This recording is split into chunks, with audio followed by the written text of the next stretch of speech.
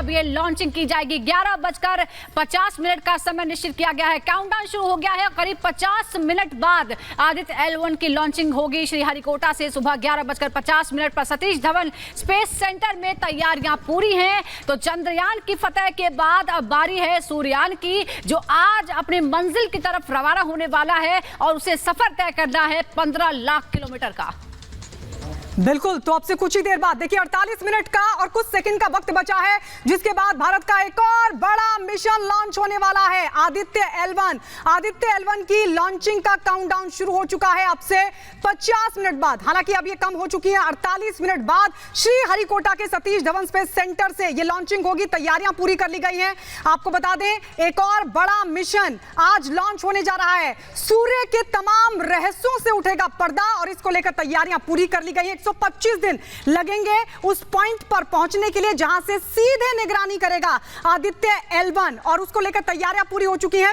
लगातार सभी वैज्ञानिक यही दुआ कर रहे हैं कि यह लॉन्चिंग भी सफल हो। चंद्रयान 3 की सफल लॉन्चिंग के बाद यह बहुत बड़ा मिशन है और बड़ी बात यह कि देश का यह पहला सोलर मिशन है जो अब से कुछ ही मिनटों बाद लॉन्च होने वाला है। तो अब सूर्य पर शंखनाद की भारत की तैयारी। सुजाता। बिल्कुल, तो अब मिशन सूर्य की बारी है और हम लगातार चर्चा कर रहे हैं और हमारे तमाम सहयोगी हैं उन लोगों के साथ जो इस मिशन को बहुत ही गौर से देख रहे हैं। बहुत से लोग भी हैं जो बहुत उत्सुकता है और उन्हें बहुत विश्वास है। हमारे सहयोगियों के पास भी हम चलते हैं। हमारे साथ हमारे सहयोगी लखनऊ से अजय दुबे हमारे साथ जुड़ गए हैं, साथ ही हमारे साथ सुमित और प्रियंका भी जुड़ेंगे। और इस बीच सबसे पहले हमारे साथ वैज्ञानिक मौजूद हैं स्टूडियो में है सजनपाल सर, उनके पास चलते हैं। सजनपाल जी, देखिए 10 दिन के भीतर भारत अब एक नए रास्ते पर चल पड़ा है। चंद्रयान के बाद अब सूर्य मिशन की बारी है, लेकिन सूर्य मिशन से हासिल हमें क्या होने वाला है और अगर वहां तक पहुंच जाते हैं L1 पॉइंट पर, तो ये कितनी बड़ी उपलब्धि होगी भारत के लिए, क्योंकि ये भारत का पहला सोलर मिशन है। जी हाँ, ये भारत का पहला सोलर मिशन है और ये एक ऐतिहासिक कदम है। बिकॉज हम अभी चंद्रयान 3 हमने जस्ट कंप्लीट कर रहे हैं। अभी तो प्रज्ञान रोवर अभी भी चंद्रमा पे चल रहा है और हम सूर्य की तरफ रुख कर रहे हैं। जो हमारा आदित्य L1 जो मिशन है, ये L1 ऑर्बिट पे जाकर के ये स्थापित हो जाएगा। L1 पॉइंट जो है धरती से लगभग 15 लाख किलोमीटर दूर है। याद रखिए, सूरज 15 करोड़ किलोमीटर दूर है, यानी कि सूरज के नजदीक नहीं जा रहा है। कुछ लोग सोचते हैं कि जल जाएगा, सूरज के पास बहुत चला गया, तो सूरज के बहुत पास नहीं जा रहा है। महज 1% डिस्टेंस जो है सूरज और धरती के बीच में ये कवर करेगा। हम इस डिस्टेंस को अगर हम कैसे लॉन्च करेंगे मैं आपको बाद में समझाऊंगा, लेकिन ये इंपॉर्टेंट इसलिए है क्योंकि सूरज हमारा लाइफ गिविंग, हमारा जो एक ही तारा है हमारे सौरमंडल में, और वही तारा हमें जीवन देता है, वही हमें रोशनी देता है, वही गर्मी देता है। तो इसी वजह से सूरज को समझना बहुत आवश्यक है।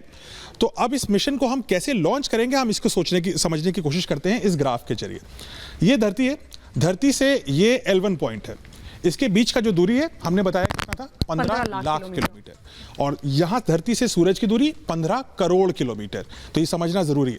तो 1% खाली 1%, ताकि क्योंकि हमें L1 पॉइंट जो है धरती और सूरज की ग्रेविटी के बीच का ऐसा पॉइंट है जहां पर इन दोनों की ग्रेविटी का लगभग असर बराबर होता है। सूरज धरती से 3 लाख गुना ज्यादा भारी है और इसीलिए धरती के पास ही ये पॉइंट होगा, क्योंकि धरती बहुत छोटी है सूरज के कंपैरिजन में। आज हम ये लॉन्च करेंगे, कुछ ही मिनट में हम कक्षा में स्थापित कर देंगे।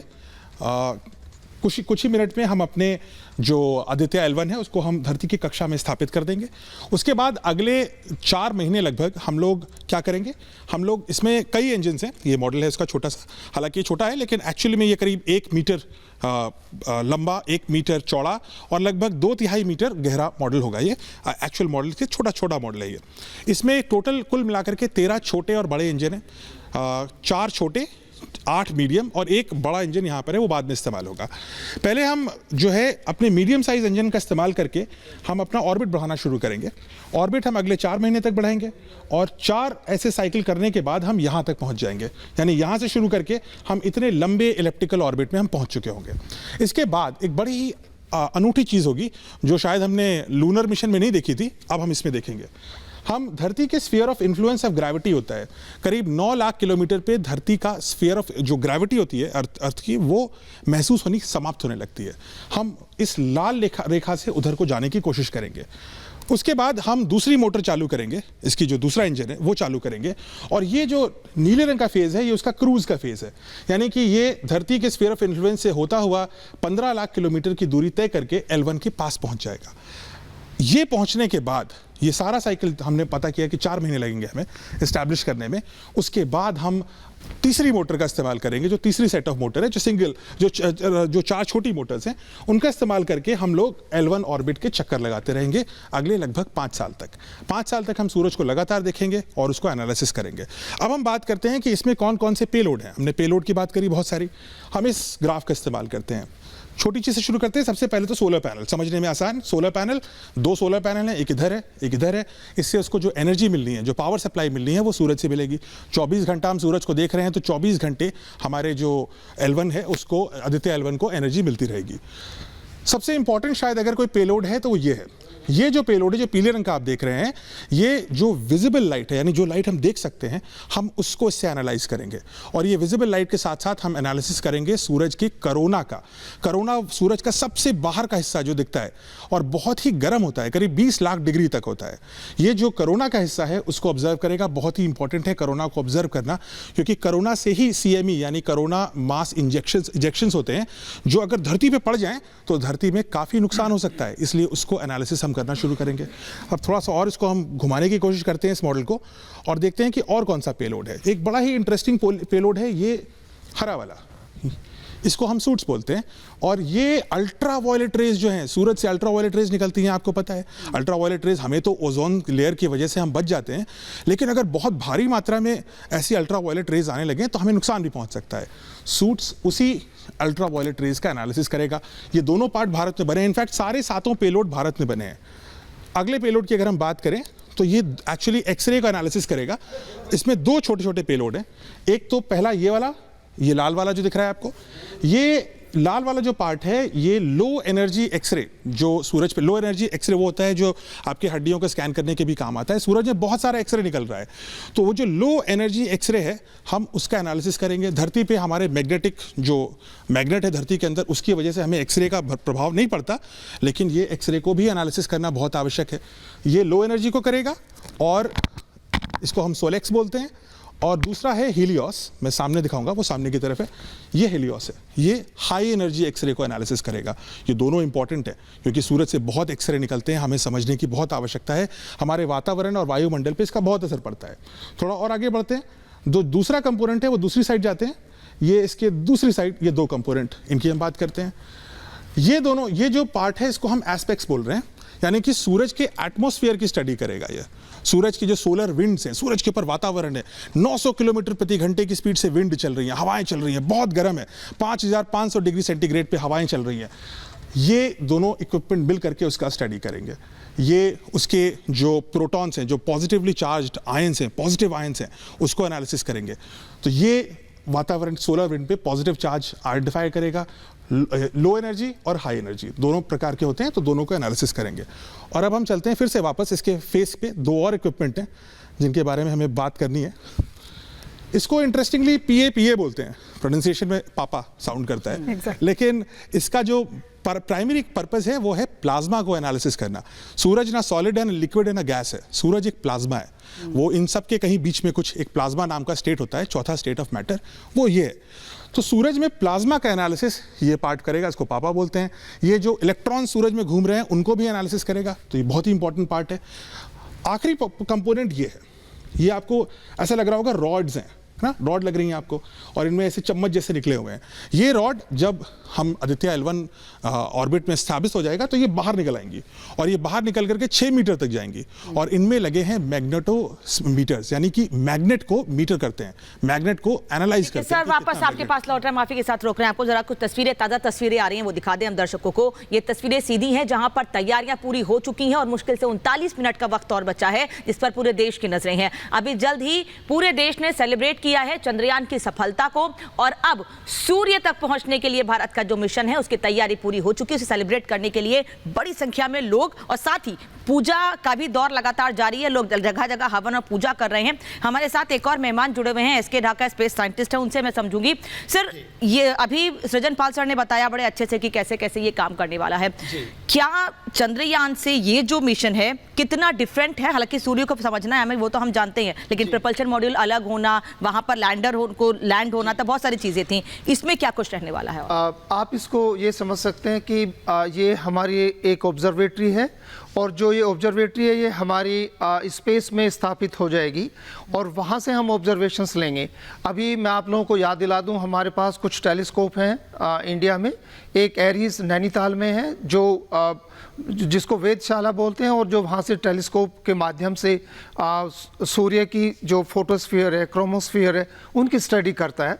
और दूसरा हमारा कोडेकनाल में है।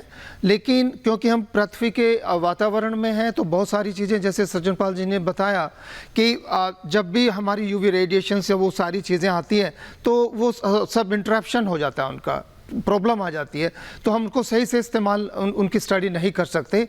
हम इस पृथ्वी के वातावरण से बाहर निकलकर, जो करीब ये समझ लीजिए चंद्रयान 3 में आपने देखा था कि 3,84,000 किलोमीटर दूर है, ये करीब उसका 4 गुना है।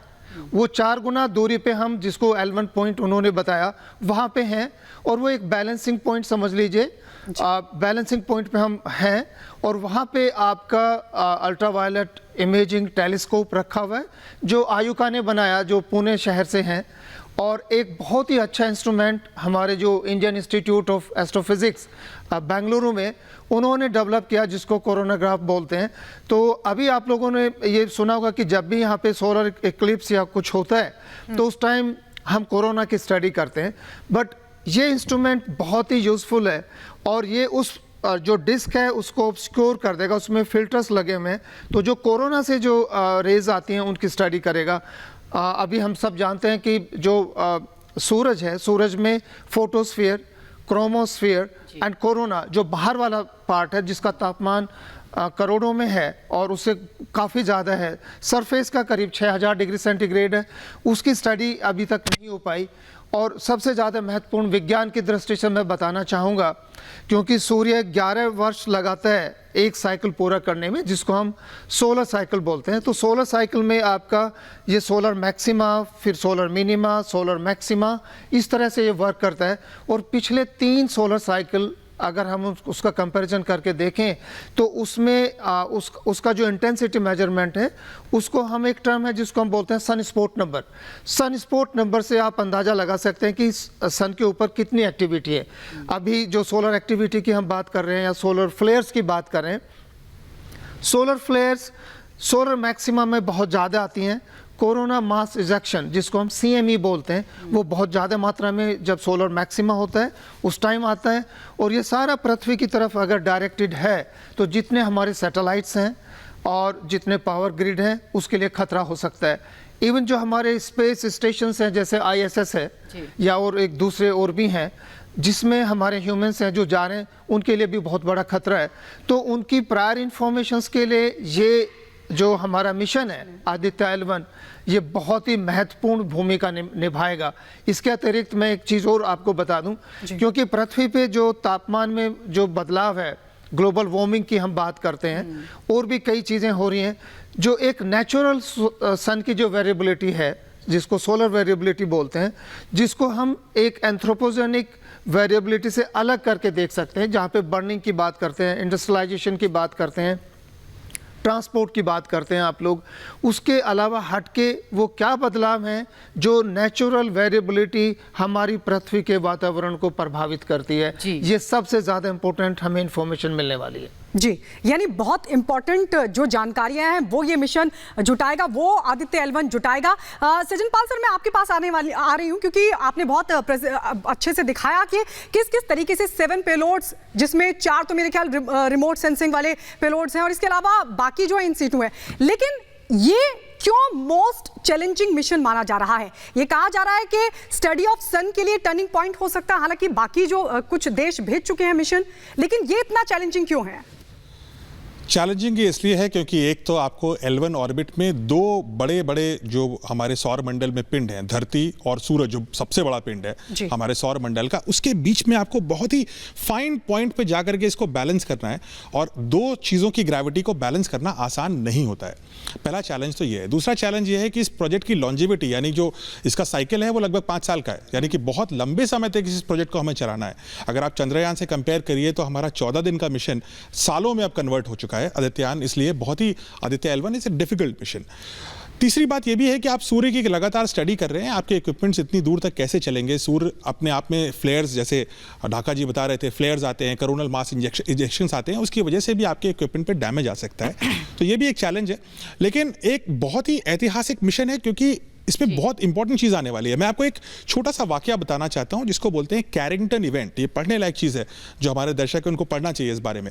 1 सितंबर 1859 का ये इंसिडेंट है और उस समय सूरज से एक बहुत बड़ा कोरोना मास इजेक्शन, यानी कि जो कोरोना हमने बात कर रहे हैं सूरज की आउटर लेयर, उससे एक बहुत बड़ा हिस्सा जो है उसका निकल करके धरती से सीधे टकरा गया था।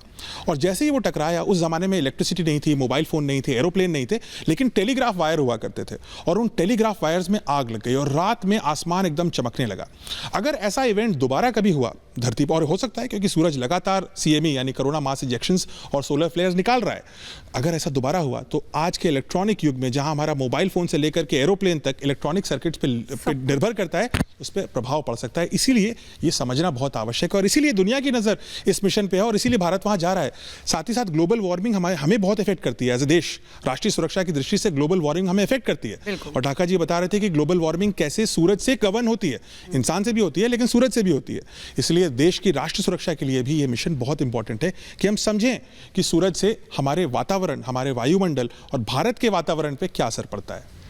बिल्कुल सज्जनपाल सर, अभी जिसका आप जिक्र कर रहे थे कि सूर्य पर जो बदलाव होते हैं उससे कितना नुकसान पृथ्वी पर हो सकता है, कितना बदलाव आ सकता है। सोलर एपोक्लिप्स के बारे में भी हम बात करेंगे जिसकी आशंका जताई जा रही है आने वाले समय में, लेकिन तस्वीरें हम दर्शकों को जरा दिखा देते हैं। ये श्रीहरिकोटा से लाइव तस्वीरें हैं जहां PSLV 57 पूरी तरह से तैयार है और अब काउंटडाउन जो है वो कुछ ही देर में दिया जाएगा। अब जो 32 मिनट का समय बचा हुआ है, हम आपको ये बता दें, लगातार काउंटडाउन चल रहा है। एक तरफ तस्वीरें हम आपको दिखा रहे हैं जो लॉन्च के लिए पूरी तरह से तैयार है। सफर बहुत लंबा तय करना है, 15 लाख किलोमीटर का सफर तय करना है और समय लगेगा 125 दिनों का। और हम समझने की कोशिश कर रहे हैं, एक तरफ आम आदमी में उत्साह है, लेकिन साइंटिफिक जगत में किस तरह की हलचल है, क्या हासिल होने वाला है आदित्य L1 से, हम ये चर्चा कर रहे हैं। और SK ढाका अभी हमारे साथ जुड़े हुए हैं। सर, हम आपसे ये समझना चाहेंगे कि एक आम आदमी के लिए हम 14,85,000 किलोमीटर दूर हमारा आदित्य L1 पहुंचेगा सूर्य से, फिर वो स्टडी कैसे कर पाएगा, चाहे वो कोरोना की हो या क्रोमोस्फेयर्स की हो। इतनी दूरी में हमारे इसमें क्या ऐसे इक्विपमेंट्स हैं जो इतनी दूरी से भी अपना काम कर पाएंगे? जी, मैं बताना चाहूँगा, बहुत ही अच्छा सवाल है आपका आम पब्लिक के लिए। और सृजनपाल जी ने बहुत ही बेहतरीन तरीके से सारे इंस्ट्रूमेंट्स को आपको दिखाया। मैं ये बताना चाहूँगा कि ये करीब हम 1% दूरी पे खड़े हैं और ये हमारा जो करीब 15 लाख किलोमीटर जहाँ पे हमारा ये ऑब्जर्वेटरी स्टेबल रहेगी, वहाँ पे हमारे 7 इंस्ट्रूमेंट हैं। उन इंस्ट्रूमेंट्स में हमारे करीब 3 या 4 इंस्ट्रूमेंट्स जो है जिसको हम इन सिटू ऑब्जर्वेशंस बोलते हैं, वहीं पे रह के वो सूरज की तरफ फोकस करेंगे और जो हमारी वहाँ से आने वाली किरणें हैं, जैसे UV हमारा जो रेडिएशन है उसकी स्टडी करेंगे। और उसके बाद जो एक्सरेज वाला पार्ट है, एक्सरेज में भी कई कैटेगरीज हैं, उस एक्सरेज की स्टडी करेंगे। और उसके अतिरिक्त जो कोरोनाग्राफ है, जो सबसे ज़्यादा इम्पोर्टेंट है, जिसमें फिल्टर्स लगे हुए हैं, जो वैज्ञानिक दृष्टिकोण से अगर हम उसको समझें कि कुछ चीज़ें वहाँ पे हैं और वहाँ पे कट कर देगा, सोलर डिस्क को वो ढक देगा, जैसे सोलर इक्लिप्स होता है, जो बाहर वाला पार्ट है उसकी एंट्री होगी और उस एंट्री की स्टडी वहीं पे करेगा, जो इन्फॉर्मेशन हमें वहाँ से मिलेगी। इसके अतिरिक्त जो हमारे 3 अलग और इंस्ट्रूमेंट्स हैं, जिसमें हमारे मैग्नेटोमीटर की बात की अभी सृजनपाल जी ने। मैग्नेटोमीटर का मतलब है कि वहाँ पे जो मैग्नेटिक वेरिएबिलिटी है, जो हमारा इलेक्ट्रोमैग्नेटिक फील्ड है, उसमें चेंजेस कैसे आते हैं, उन चेंजेस को समझना बहुत ज़रूरी है। क्योंकि इलेक्ट्रोमैग्नेटिक जो हमारा मैग्नेटिक फील्ड है अर्थ के चारों तरफ, वो एक शील्ड है उस शील्ड में कितना बदलाव आता है जब भी हमारी कोई सोलर फ्लेयर्स आती हैं या CME आते हैं बहुत हैवी इंटेंसिटी के, तो उस टाइम जो बहुत बदलाव है वो बदलाव हमारे सैटेलाइट कम्युनिकेशन को प्रभावित करता है। और उस प्रभाव में हमारा सारा यू नो सबकी सब आजकल जो इकोनॉमी है वो सैटेलाइट के द्वारा कंट्रोल है। बिल्कुल। अगर आपका ये ढांचा खराब हो जाए तो आई थिंक पूरे वर्ल्ड में एकदम तहलका मच जाएगा। उन चीज़ों को अगर प्रायर इन्फॉर्मेशन आपको मिल जाए, उस प्रायर इन्फॉर्मेशन में, क्योंकि इससे हमें इन्फॉर्मेशन मिलेगी जिससे आप पहले जानकारी दे सकते हैं, आप सोलर जो पैनल्स हैं उनकी सुरक्षा कर सकते हैं, उसके बाद उनको डीएक्टिवेट कर सकते हैं, बाद में आप उनको एक्टिवेट कर सकते हैं, और जो ग्रिड पैटर्न्स हैं हमारे उन सब की सुरक्षा के लिए बहुत ही महत्वपूर्ण है। ये मेरा कहना है। ठीक है सर, और हमारे साथ अजय शर्मा जी भी जुड़ गए हैं इस वक्त, स्पेस साइंटिस्ट। अजय जी स्वागत है आपका। आपसे बस ये समझना चाहेंगे, बड़ी लंबी दूरी है ये, इस लंबी दूरी को तय करने में क्या चैलेंजेस होने वाले हैं? क्योंकि चंद्रयान 3 को लेकर ये कहा गया था कि लैंडिंग के बाद भी कई दिक्कतें हैं, कहीं कुछ आके टकरा गया उससे लैंडिंग के बाद रोवर से, तब हमें जानकारी नहीं मिल पाएगी। तो क्या वहां तक इसके पहुंचने में कोई चैलेंजेस हैं? क्या ऐसी प्रॉब्लम इसे भी फेस करनी पड़ सकती है आदित्य L1 हमारे मिशन को? देखिए, भारत का पहला जो सोलर मिशन है जिसको सूर्य के लिए मिशन भेजा जा रहा है आदित्य L1, तो डेफिनेटली चैलेंजेस तो इसमें बहुत सारे हैं। क्योंकि जब आप किसी बिल्कुल अनएक्सप्लोर काम को करने के लिए जाते हैं तो आपने जो स्टडी किया हुआ है, जो आपके पास डेटा है, उसके हिसाब से अपना पूरा एक्सपेरिमेंट या सेटअप तैयार करते हैं, इवन इन लैब में भी, जैसा हम सब जानते हैं। तो लेकिन उस चीज़ को एग्जीक्यूट करना वो एक बहुत बड़ा चैलेंज है। दूसरा, इसमें समय बहुत